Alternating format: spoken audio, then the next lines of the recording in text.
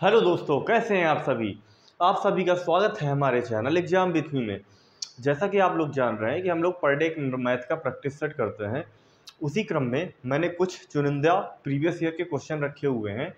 चलिए आइए उनको रोज की तरह फिर से स्टार्ट करते हैं बिना टाइम गवाए हुए। देखेंगे पहला क्वेश्चन। इस तरह के क्वेश्चन आपने बहुत से देखे होंगे, तो देखिए ज़रा प्रयास कीजिए करने का। कई ट्रिकें होती हैं इसको करने की, लेकिन मेरी सलाह मानिए तो किसी भी ट्रिक का प्रयोग ना करके नॉर्मली करिए इसको, क्योंकि जब कभी एक नहीं रह जाता ना यहाँ पर, तब फिर वो दिक्कत दे जाता है। इसलिए कोशिश कीजिए कि इसको नॉर्मल ही करें। अब देखो इसको मैं किस प्रकार से करता हूँ, मैं अपना तरीका बताता हूँ आप लोगों को। तो सबसे पहले तो इसको थोड़ा सा मैं यहाँ रख लूँ। अब देखना, समझना बात को। क्या करना है हमको इसको ऊपर की ओर सॉल्व करना है। कैसे सॉल्व करना है? ऊपर की ओर। ऊपर की ओर कैसे, देखो मैं बताता हूँ। कुछ ऐसे सॉल्व करना है, इधर की ओर। कैसे? देखो सबसे पहले 1+1/2 दिया हुआ है। इसको जब आप सॉल्व करेंगे तो आप जानते हैं यहाँ पर 1 आएगा, यहाँ पर आएगा टोटल 3/2। आया या नहीं आया? आप बोले आया, ठीक है। बस ये जो आया है इसको पलट दो। तो जो इस 1 को यहाँ पर रखो, प्लस की जगह प्लस लगाओ और इसको पलट दो। इसको पलट दोगे तो क्या हो जाएगा? 2/3 जो कि यहाँ से आएगा 5/3। कुछ ऐसा आएगा। 3 एक 3, 3 2 5, 5/3 ऐसा कुछ आएगा, ठीक है। फिर इस 1 को लिखो यहाँ पर, प्लस की जगह प्लस लगाओ और फिर इसको पलट दो। जब इसको पलटोगे तो 3/5 हो जाएगा। तो अब ये कितना आएगा? ये तुम्हारा निकल के आएगा 8/5। कुछ ऐसा निकल के आएगा। फिर देखो यहाँ पर 1 लिखा है तो ये 1 लिखो, प्लस की जगह प्लस लगाओ, इसको पलट दो। 5 इधर 8 इधर, देखोगे तो ये आएगा 13/8। यहाँ तक क्लियर है? मतलब x की वैल्यू कितनी आ गई? 13/5। तो आपसे पूछा क्या गया है, आप बस ये देख लीजिए। आपसे पूछा गया है सर ये निकालिए। आपसे पूछा गया 2x + 7/4। अब x की वैल्यू क्या निकली? आपने देखा कि x बराबर निकला है 13/8। निकला या नहीं निकला है? आप बोलेंगे निकला है। इसके बाद बस इसकी वैल्यू यहाँ पर पुट कर देनी है इसमें x की। तो आपका लिखा हुआ है 2x + 7/4। तो x की जगह मान रख देते हैं हम इसका, तो ये हो जाएगा 13/8 + 7/4। इसको डिवाइड करोगे तो ये भी आएगा 4। इसको 4 एलसीएम लोगे, यहाँ पर आएगा 20/4, जो कि यहाँ से निकलेगा 5। और यही क्या हो जाएगा? आपका आंसर। तो जब इस प्रकार के प्रश्न आते हैं तो हम क्या करते हैं, थोड़ा जल्दबाजी करने लगते हैं। कुछ लोग तो इनको छोड़ ही देते हैं कि करना क्या है। कुछ नहीं करना है। सबसे पहले आप इसके जस्ट बगल से एक लाइन बना लिया करिए। लाइन बनाने के बाद आप ऐसा कीजिए, यहाँ लिखा है 1+1/2। जब यहाँ पर 1+1/2 लिखा हुआ है तो इसको आपने जब सॉल्व किया तो यहाँ पर आया 3/2। और इसको क्या करना है? पलट देना है। जब इसको पलट देना है तो ये पलट के यहाँ पर 2/3 हो जाएगा। अब ये वाला 1 उतारेंगे, इसको सॉल्व करेंगे तो 5/3 आएगा। फिर ये वाला 1 उतारेंगे, इसको पलट देंगे 3/5 के रूप में तो आएगा 8/5। फिर ये वाला 1 उतारेंगे और 8/5 को 5/8 करेंगे और इसको सॉल्व करेंगे तो आएगा 13/8। बस x की वैल्यू पुट कर देंगे और आंसर निकाल लेंगे। समझ में आया? नहीं समझ में आया? ये प्रश्न मोस्ट इंपॉर्टेंट है, एसएससी के फेवरेट प्रश्नों में से है। अच्छे प्रश्न पूछती है इस तरह के। देखिए कुछ ऐसा एक प्रश्न आपको दिया गया है। अब क्या होगा कि इस तरह के प्रश्न आप लोग देखेंगे तो इसमें परेशान हो जाते हैं कि ये हो नहीं पाएगा या फिर ऐसा या फिर वैसा। तो सबसे पहले तो इसमें परेशान नहीं होना है, कोशिश करना है, ये आसानी से हो सकता है। सॉरी, देखेंगे कैसे करेंगे इसको। अच्छा, आप सबसे पहले इस बात को समझ लीजिए। जैसे यहाँ पर x लिखा हुआ है और बटे में भी x लिखा हुआ है। इसकी पावर इसकी पावर मान लेते हैं कुछ a है और इसकी पावर b है। तो जब इसको हम सॉल्व करेंगे तो इसको x की पावर a - b भी कह सकते हैं। कब? जब ये डिनोमिनेटर, मतलब ये जो बेस हो, बेस सेम हो। जैसे x यहाँ भी, x यहाँ भी है, तो आप इसको एक x लिख लीजिए और ये पावर को क्या कर दीजिए? माइनस में कर दीजिए। ये बात समझ में आ गई? क्लियर है भाई? इसमें कोई दिक्कत है? किसी को कोई दिक्कत नहीं है? चलो, जैसे मैं कह दूं कि x की पावर 7 इंटू x की पावर 5 इंटू एक्स की पावर 2 कुछ ऐसा लिखा हो, कभी भी मान लो कभी ऐसा लिखा हो, तो हम क्या करते हैं इसको सर, इसको हम एक्स की पावर बेस देखो सेम है ना, इस बार क्या है घातें गुणे में लगी हुई है, तो ये सारी घातें क्या हो जाती हैं, जुड़ जाती हैं। बात समझे कि नहीं समझे? तो एक्स की पावर ये क्या आ जाएगा, 14 आ जाएगा। ये बात समझे? एक बार मैंने क्या किया, गुणा में लगा करके दिखाया, एक बार मैंने भाग करके दिखाया, और जब भाग होगा तो माइनस में घात हो जाएगी, और जब गुणा हो जाएगा तो प्लस में हो जाएगी। कब? जब बेस क्या हो, सेम हो। यहाँ तक समझ गए होंगे। तो मैं क्या करूँ कि इसको मिटा देता हूँ। अब देखो मैं तुम्हें समझाऊंगा अच्छे से, समझना। x की पावर m, x की पावर n, तो इसको एक x बना लो और m और n को m प्लस n कर दो। कर दिया? कोई दिक्कत? कोई दिक्कत नहीं है। यहाँ पर होल पावर लगी है, और सॉरी यहाँ पर प्लस नहीं माइनस होगा, m माइनस n, क्योंकि डिवाइड में लगा हुआ है।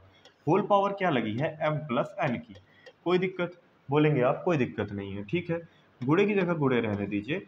इसी प्रकार से इसको लिखिए x की power n minus L whole power n plus L.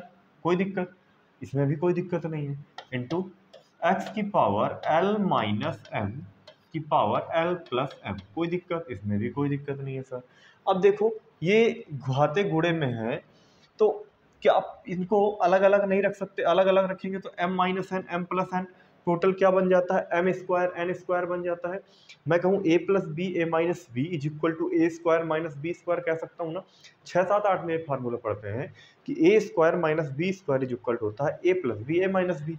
यहाँ पर लिखा है a minus b a plus b, तो एक्स की पावर मैं इसको कह सकता हूँ एम माइनस एन का M square minus n square.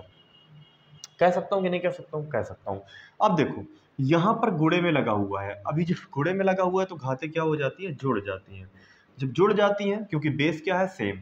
अब देखो n माइनस एल और n प्लस एल, तो हो जाएगा N square plus L square, sorry minus L square. Clear? Clear होगा। इसी तरह से यहाँ पर भी प्लस लगेगा, क्योंकि यहाँ पर गुणा लगा हुआ है, L square minus M square. Clear हो? क्लियर हो गया आप लोग? अब देखो एम स्क्वायर से माइनस का एम स्क्वायर चला गया, एन स्क्वायर से एन स्क्वायर, एल स्क्वायर से एल स्क्वायर, तो बचा क्या, एक्स की पावर 0। जब किसी की पावर 0 होती है तो उसका मान 1 होता है, और यही आपका क्या हो जाएगा, आंसर। बात समझ में आया कि नहीं आया? बोलो। था इतना बड़ा सा सवाल, लेकिन अगर हमें आता है, कॉन्सेप्ट क्लियर है, तो हम इसको आसानी से कर सकते हैं। बोलो भाई, कोई दिक्कत है किसी को? कोई जो जिसको एक आदमी को दिक्कत हो, पक्का मुझे कमेंट जरूर करें, मैं उसका रिप्लाई दूंगा, मेरी टीम देगी, ठीक है? तो कमेंट जरूर करिए अगर कुछ नहीं आता है, अगर आ रहा है तो आंसर भी कीजिए, ठीक है? फिर लगा के दिखाइए। कुछ नहीं, ये आपका सिंप्लीफिकेशन का एक क्वेश्चन है नॉर्मल, जिसे अधिकतर हम लोग गलत कर देते हैं। तो इसमें सबसे पहले कुछ रूल्स होते हैं, अगर वो हमें आ रहे हैं तो हम इसको आसानी से कर सकते हैं। रूल कुछ ऐसे होते हैं सर कि सबसे पहले एक बार वाला कोष्टक होता है, सबसे पहले उसको सॉल्व करना होता है, फिर एक छोटा कोष्टक, एक मंझला कोष्टक और एक बड़ा कोष्टक, सबसे पहले ये सॉल्व होते हैं।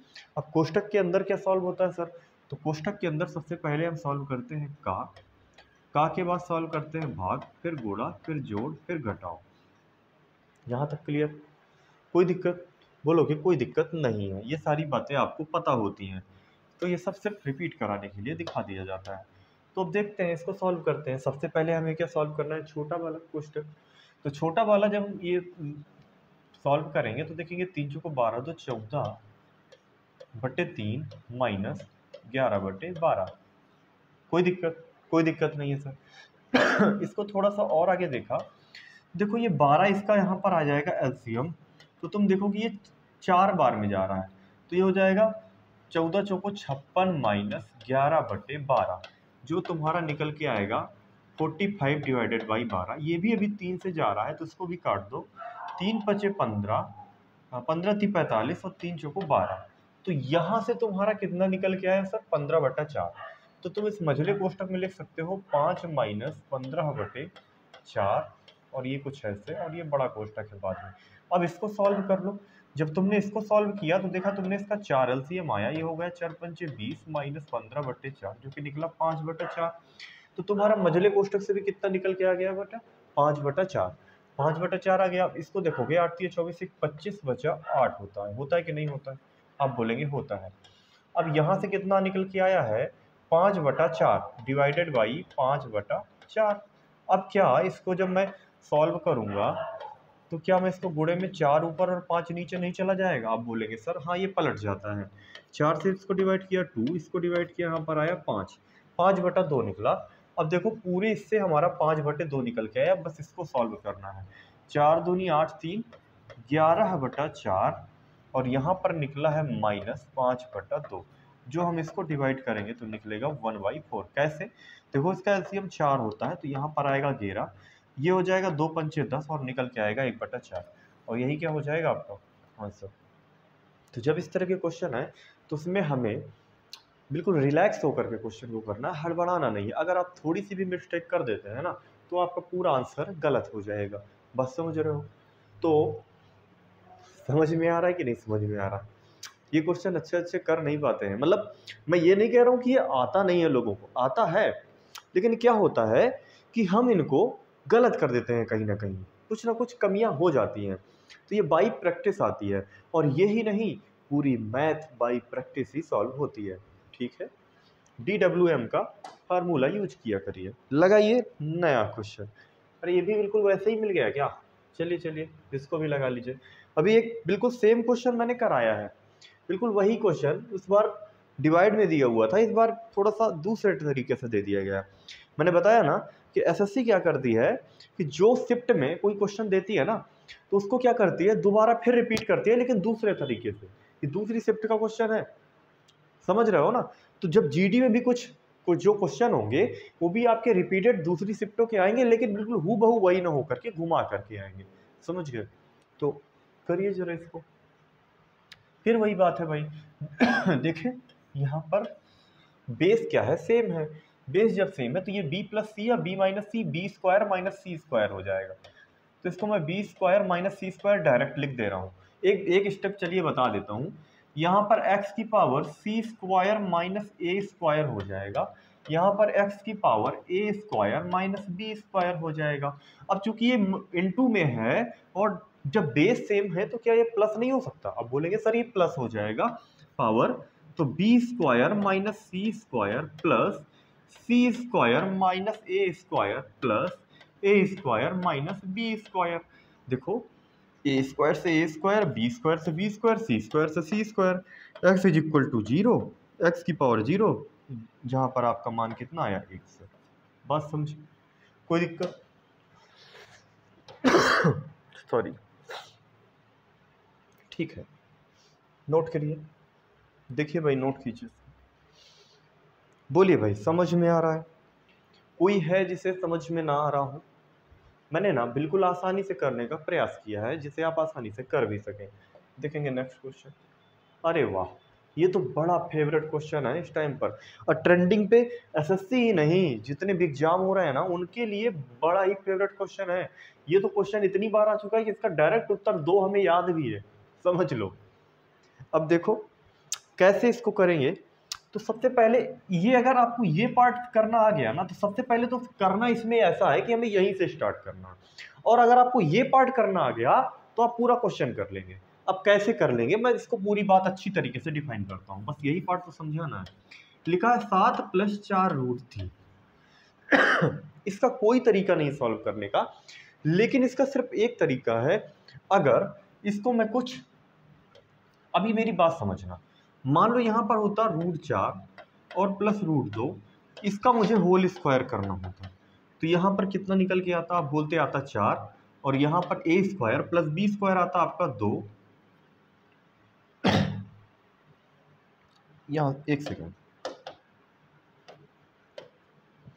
यहाँ पर दिया होता 3, अब ठीक है, और यहाँ पर आता आपका 3 का स्क्वायर 3, और यहाँ पर होता 2 √3 और √4 जो कि हो जाता 12।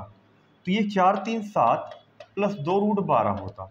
अब ये 7 प्लस 12 से, अब देखो इस 12 को हम किस प्रकार से डिवाइड कर सकते हैं? 12 को हम कह सकते हैं 2 × 2 × 3, कह सकते हैं कि नहीं कह सकते हैं? आप बोलेंगे कह सकते हैं, तो इन 2 को बाहर निकाल लो। तो जब इन 2 से बाहर निकालेंगे तो 1 2 बाहर निकलेगा और √3 अंदर रह जाएगा। तो 7 प्लस 4√3 कुछ ये आएगा। अब देखो ये भी वही दिया हुआ है, 7 + 4√3 की नहीं दिया हुआ है। आप बोलेंगे दिया हुआ है। तो मैं तुम्हें क्या बताना चाह रहा था, मैं तुम्हें ये बताना चाह रहा था कि ये a+b का होल स्क्वायर का फार्मूला खुला हुआ रखा हुआ है। बात समझे, ये a+b के फार्मूले को खोल करके रख देते हैं यहाँ पर, और ये ट्रेंडिंग में ही सवाल है, ऐसे ही आते भी हैं। तो देखो इसको कैसे करेंगे। अब इसको करने का तरीका क्या है, ये तो आपने बता दिया, अब इसको करना कैसे है तो मैं बताता हूँ इसको कैसे करना है। अब देखो हमें क्या करना है, सबसे पहले हम जानते हैं a+b के होल स्क्वायर के फार्मूले में होता है a² + b² + 2ab होता है ना। तो यहाँ पर क्या 2ab है, तो यहाँ पर देखेंगे आप 2 तो है, लेकिन अभी यहाँ पर 4 है, 4 से सिर्फ 2 ले लिया, एक 2 और कर दिया, ये √3 हो गया, प्लस यहाँ पर क्या कर दिया हमने 7 कर दिया कि नहीं कर दिया। अब आप बोलेंगे कि हाँ ठीक है सर हमने कर दिया, ठीक। अब इसको आप सिर्फ 2ab होता है तो मतलब 1 2 बाहर रहता है, 1 तो अंदर ही रहता है, तो अंदर कर दो इसको। तो 7 प्लस जब इसको हमने अंदर किया तो यहाँ पर 2 √3 की √3, और 2 जब अंदर जाएगा तो 1 2 नहीं जाएगा, 2 बार 2 अंदर जाएगा। क्यों, क्योंकि भाई 2 बार 2 से 1 2 बार निकलता है। तो यहाँ पर आपका निकलेगा 7 + 2√12। अब आपको क्या करना है, बड़े ध्यान से समझना, अब आपको क्या करना है, अब आपको 12 के फैक्टर करने हैं, 12 के ऐसे फैक्टर कि जो जोड़े तो 7 आए। तो आप बोलेंगे 4 × 12, इसके अलावा कोई नहीं होते हैं। अब देखो 4 और 3 जोड़ा तो कितना आया, 7 आया। बस अब आप सीख गए हैं, आपने √4 लगा दिया प्लस √3 लगा दिया, और यही इसके होल स्क्वायर का क्या है, पूरा फार्मूला है। बात समझ गए, यहाँ तक क्लियर। √3 और √4 खोलेंगे तो आपका ये 7 + 4√3 आएगा। ये आप खोलना सीख गए कि नहीं सीख गए।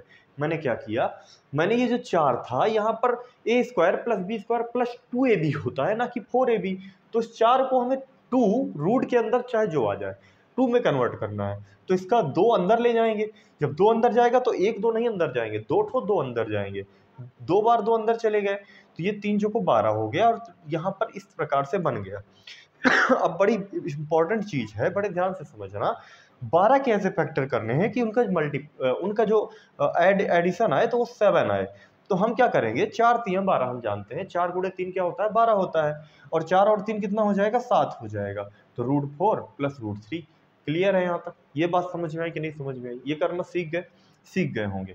तो ठीक है, तो इससे हमने क्या निकाला, √4 + √3 का होल स्क्वायर। क्या निकाला, √3 + √4 का होल स्क्वायर, जो कि आपका ये इसमें था, रूट में था, तो रूट से स्क्वायर चला गया, तो आपका ये बड़ा वाला स्क्वायर ही रह गया, और ये 3 की जगह 3 रहा, प्लस 8 की जगह 8, और ये स्क्वायर से ये वाला ही कट गया, तो यहाँ पर बचा क्या, 4 √4 और प्लस √3। ये क्लियर हो, आप बोलेंगे सर ठीक है।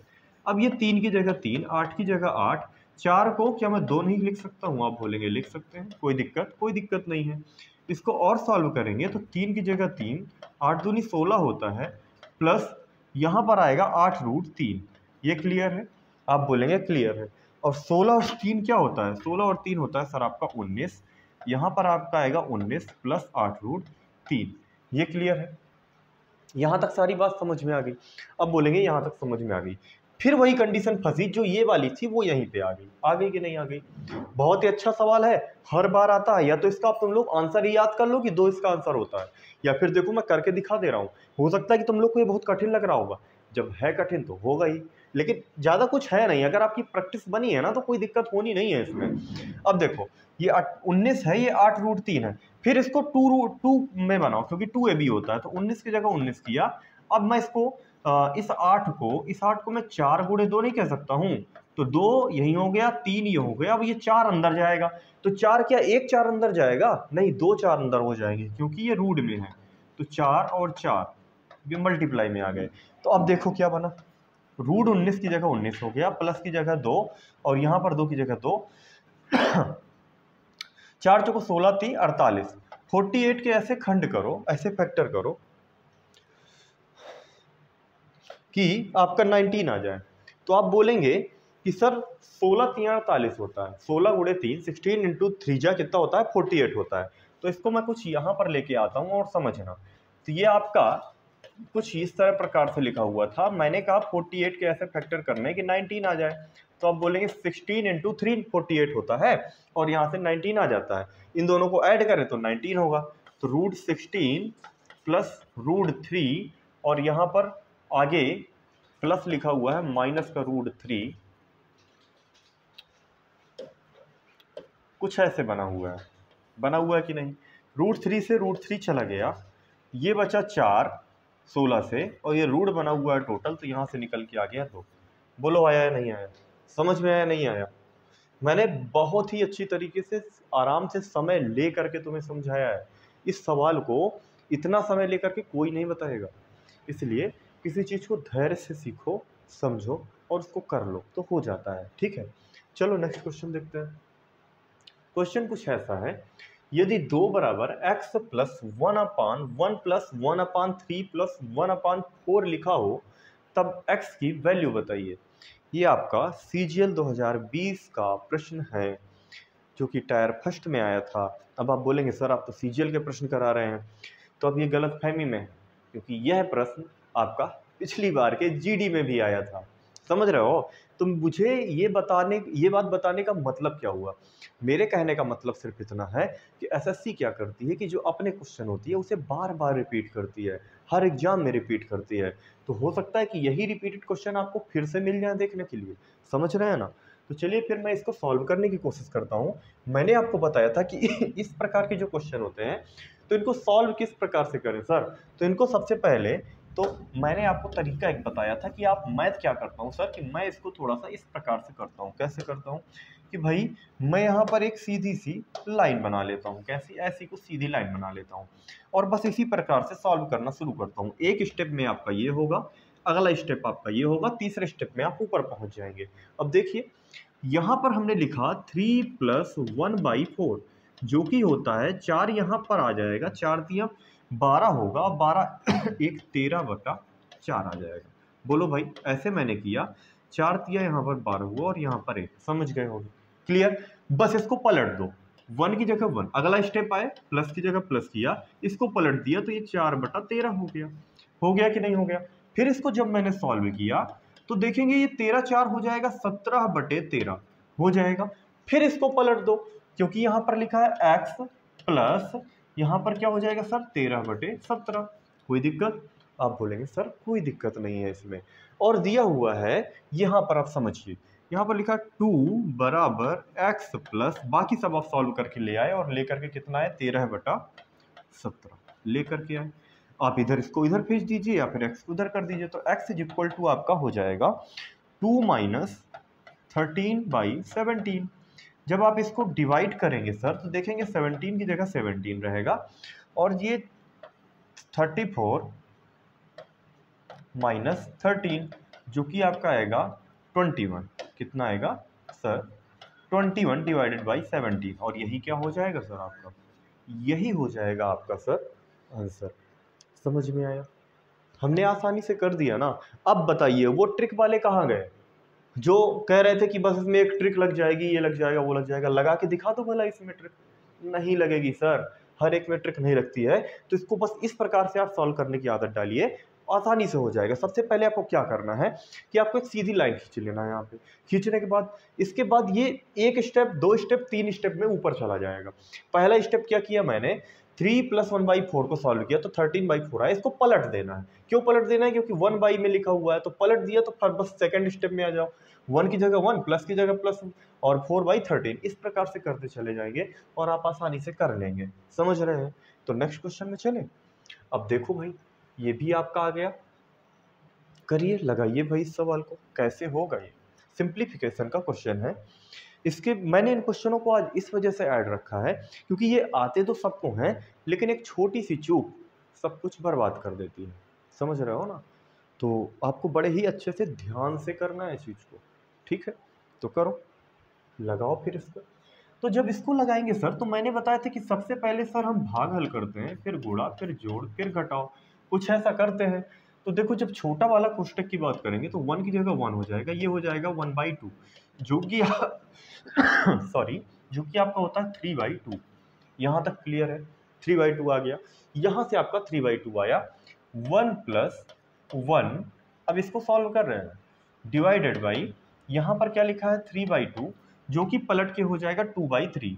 तो सर इसको क्या करेंगे, जब हम इसको सॉल्व करेंगे तो यहाँ पर आएगा 1 प्लस यहाँ पर 1 रहेगा इनटू 2/3 हो जाएगा। कोई दिक्कत? आप बोलेंगे सर कोई दिक्कत नहीं है। अब जब इसको सॉल्व करेंगे तो यहाँ से आपका निकल के आएगा 5/3। क्लियर है? 3 यहाँ से निकला और 2 ऐड हो गया, 5/3 आया। 5/3 आपका टोटल यहाँ तक निकल के आया सर। अब इसको पूरा लिख लीजिए, 1 डिवाइडेड बाई यहाँ पर 1 प्लस 1 डिवाइडेड बाई आपका निकला है 5/3। निकला है कि नहीं निकला है? अब मैं क्या करता, अगर मैं पूरा इसको नोट करते हुए जाता तो बहुत सारा टाइम बर्बाद होता। टाइम भी तो मैनेज करना है, तो आप उतना सॉल्व कीजिए जिसकी आपको ज़रूरत हो।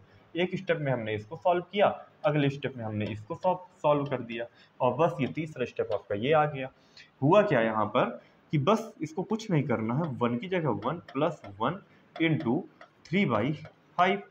जब इसको सॉल्व करेंगे सर तो आपका आएगा 8/5, और यहाँ पर क्या लिखा है 1 डिवाइडेड बाई 8/5, जो कि आपका निकल के आ जाएगा 5/8, और यही क्या हो जाएगा सर आपका आंसर। बोलो भाई, सबने कर लिया था ना? कर लिया था या नहीं? उम्मीद करते हैं कि आप सबने इस क्वेश्चन को कर लिया होगा, है ना? तो नेक्स्ट क्वेश्चन की ओर बढ़े। देखो भाई, ये भी एक आपका अच्छा क्वेश्चन है, अधिकतर पूछा जाता है एग्जामों में। इसको भी सॉल्व कीजिए, करिए, चेक कीजिए कैसे कर सकते हैं आप या नहीं। टाइम दिया गया है आपको। क्या हो रहा था कि अभी तक जब हम लोग सीट लगा रहे थे तो इस प्रकार के क्वेश्चन नहीं आ पा रहे थे सीट में। तो मैंने क्या सोचा कि आज आपको कुछ इस टाइप के क्वेश्चन भी करा दूं, जिससे आपकी ये वाली प्रैक्टिस भी होती चली जाए, नहीं तो फिर ये छूट जा रहे हैं। तो देखो, जब इसको सर सॉल्व करेंगे तो हुआ क्या यहाँ पर, सबसे पहले आप इसको छोड़ दीजिए। इसको सॉल्व करेंगे ना तो टाइम बर्बाद होगा। मतलब टाइम क्या बर्बाद होगा, आप अगर इसको नोट करते रहेंगे तो बस फिर नोट करते रह जाएंगे, उसमें टाइम जाएगा। आप सबसे पहले इस पार्ट को सॉल्व कर लीजिए, नीचे वाले पार्ट को। इसको कुछ इस प्रकार से सॉल्व करेंगे कि सबसे पहले मैंने बताया कि का सॉल्व करते हैं। क्या सॉल्व करते हैं? का। तो का जब हम सॉल्व करते हैं तो यहाँ पर 4 1 4 1 5/4, यहाँ पर कितना है 5/4, और इसको हमने जैसे ही सॉल्व कर लिया। अब यहाँ पर आप कुछ महारथी क्या करेंगे, इसको पलट के यहाँ पे गोला कर देंगे, जो कि हो जाएगा गलत। क्यों? क्योंकि हमें क्या करना है, सबसे पहले इसको सॉल्व करना है, क्योंकि यहाँ पर कहीं ना कहीं का छुपा हुआ है। तो 5/6 क्या हो जाएगा, डिवाइडेड की जगह डिवाइडेड, और ये 10 क्या हो जाएगा 12। क्लियर? अब इसको हम कह सकते हैं 5/6 इंटू 12/10, क्योंकि पलट दिया 6 से 2 बार में, ये भी 2 बार में, और 2 यहाँ पर आया 1। तो आप समझ गए होंगे कि 2/3 पूरा निकल रहा हूँ, ठीक है, इंटू 3 ऊपर, और यहाँ पर निकला 1, 3 से 3 गया, डायरेक्ट इसका 2 आंसर आ गया। टाइम भी नहीं लगा सर। कितना आसान सवाल था, बोलो समझ में आया कि नहीं आया? इतने आसान सवाल लगाएंगे? हाँ, ये आसान है नहीं, आप लोग लगा ले रहे हैं, समझे? चलिए नेक्स्ट क्वेश्चन की ओर। एक क्वेश्चन और देखिए सर, इसको सॉल्व कीजिए। बहुत ही अच्छा सवाल है, अच्छे के पसीने छूट जाते हैं इसको करने में। करिए, लगाइए और दिखाइए कर सकते हैं या नहीं।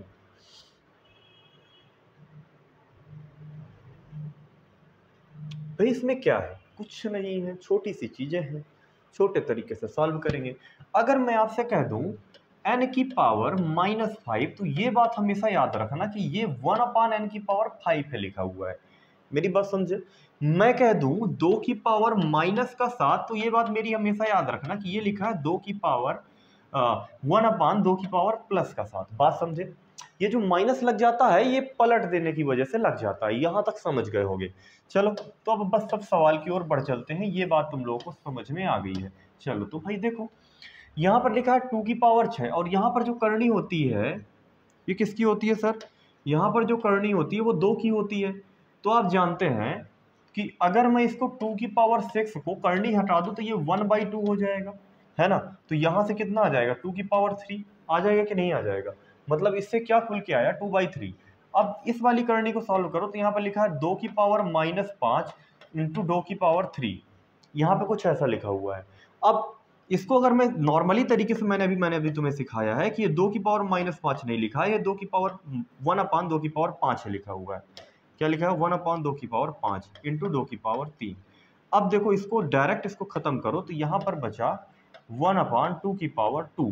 कुछ ऐसा बचा कि नहीं बचा, जिसे मैं कह सकता हूं सर 1/4 रूट में, रूट से बाहर निकलेगा तो क्या 1/2 नहीं रह जाएगा? आप बोलेंगे हो जाएगा। बस फिर इधर आ जाओ सर, जब इधर आए तो यहाँ पर 3 की करनी लगी हुई है और यहाँ पर लिखा है 2 की पावर 4 इंटू 1/2। 1/2 से एक 2 चला गया तो बचा 3। कहने का मतलब यहाँ बचा 3 की करनी में 2 की पावर 3। अब इस 3 से ये 3 की करनी चली गई, अब बचा यहाँ पर सिर्फ क्या 2, और यही क्या हो गया आंसर। बोलो किया आसानी से या नहीं किया? टाइम लगा एक भी इसको करने में। अभी तो मैं आपको समझा रहा हूँ तब तो इतना टाइम लग रहा है, जब आप इसको खुद से करेंगे ना तो इतना भी टाइम नहीं लगेगा, बशर्ते आपको ये आना चाहिए। ठीक है, तो चलो फिर इसको भी देखो, एक सवाल और है, इसको भी सॉल्व करते हैं, है ना। तो इसको सॉल्व करो सबसे पहले, लो, फिर इसके बाद नेक्स्ट एक और है इसके बाद। सर क्वेश्चन क्या कह रहा है? क्वेश्चन कुछ इस प्रकार से दिया है। अब देखो यहाँ पर 0.2 0.02 into 0.02 into 0.02 plus 0.04 0.004 sorry 0.04 into 0.04 divided by इस प्रकार से दिया हुआ है। जब आपको कुछ अभी इस प्रकार से दे देना सर, तो आप ऐसा कीजिए ना कि 0.02 को मान लीजिए थोड़ी देर के लिए ए, ठीक, और 0.04 को मान लीजिए सर बी। क्लियर कि नहीं क्लियर? यहाँ तक आपको समझ में आया? आप बोलेंगे सर आ गया, तो ठीक है ना, तो कर देते हैं फिर। ये 3 की करनी लगी है, यहाँ पर आया a into A plus b into B, क्योंकि हमने माना है सर।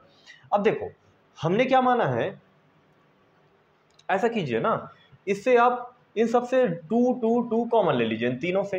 जब तीनों से 2 कॉमन लिया तो यहाँ पर फिर वही बचा 0.02 0.02 0.02।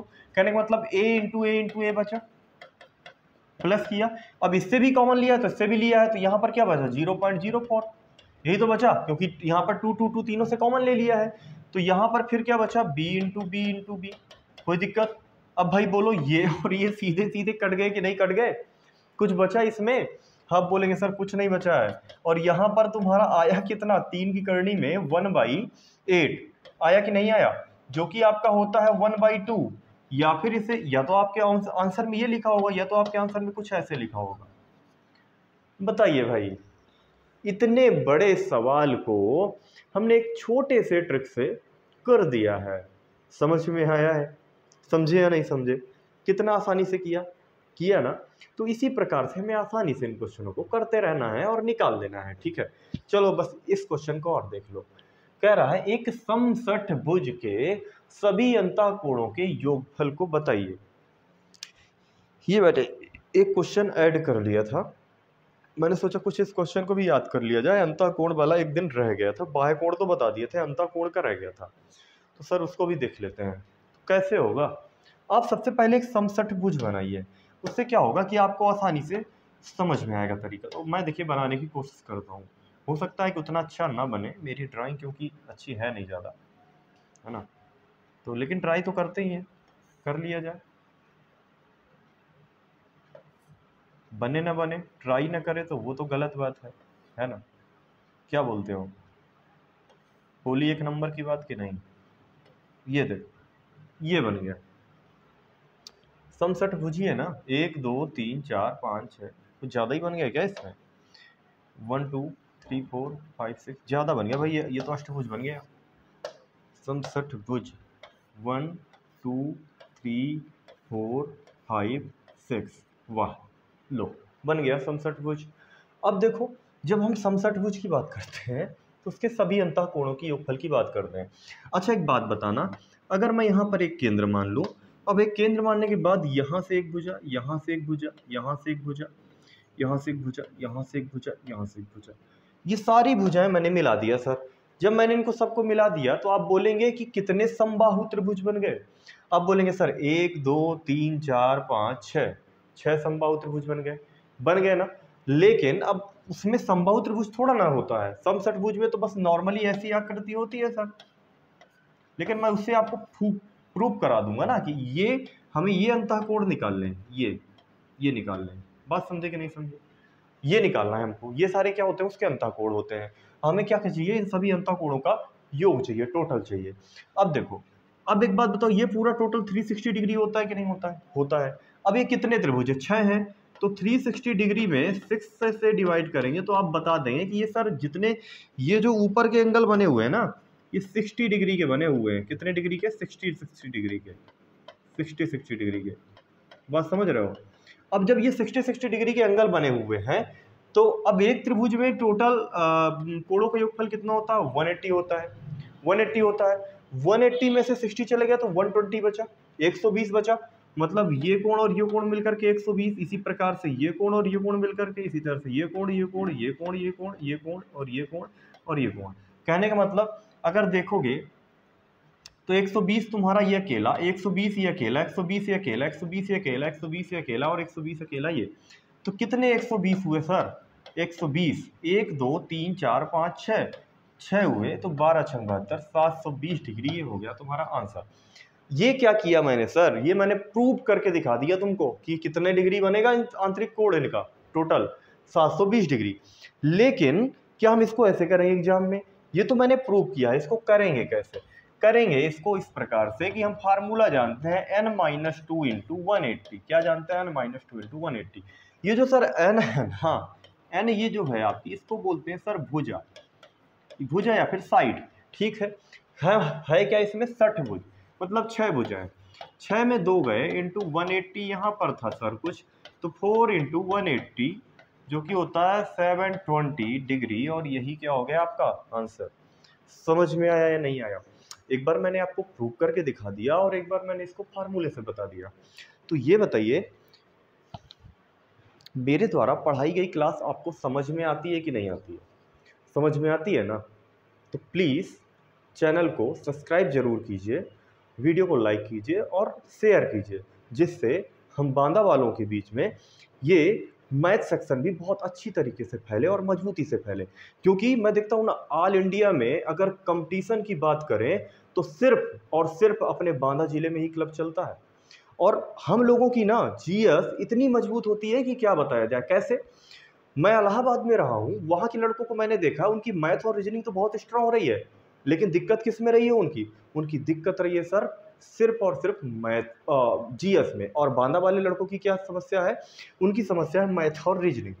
तो जुड़े रहिए हमारे साथ, आपकी सारी मैथ और रीजनिंग की जो भी समस्याएं होंगी हम अपनी तरफ से पूरा प्रयास करेंगे कि उनको समाप्त करें। और जीएस में आप लोग तो एक्सपर्ट हैं ही, क्योंकि हम हैं ही बांदा वाले। सभी को जय हिंद, जय भारत।